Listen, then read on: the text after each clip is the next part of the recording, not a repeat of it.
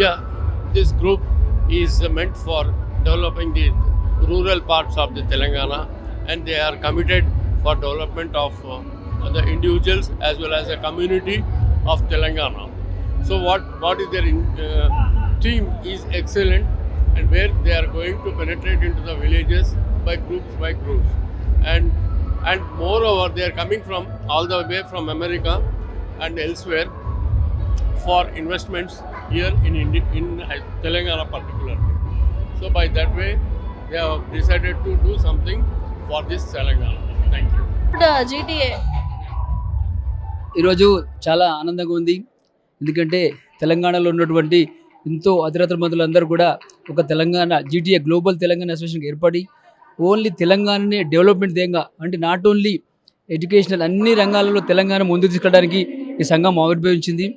దీనికి ప్రత్యేకంగా తోడ్పడిన పెద్దలందరూ కూడా మా తరఫున ధన్యవాదాలు తెలియజేసుకుంటూ, మీ టీం అంతా కూడా GTA Peddapalli team. I'm the president Sampath Rao, is the secretary Ashok.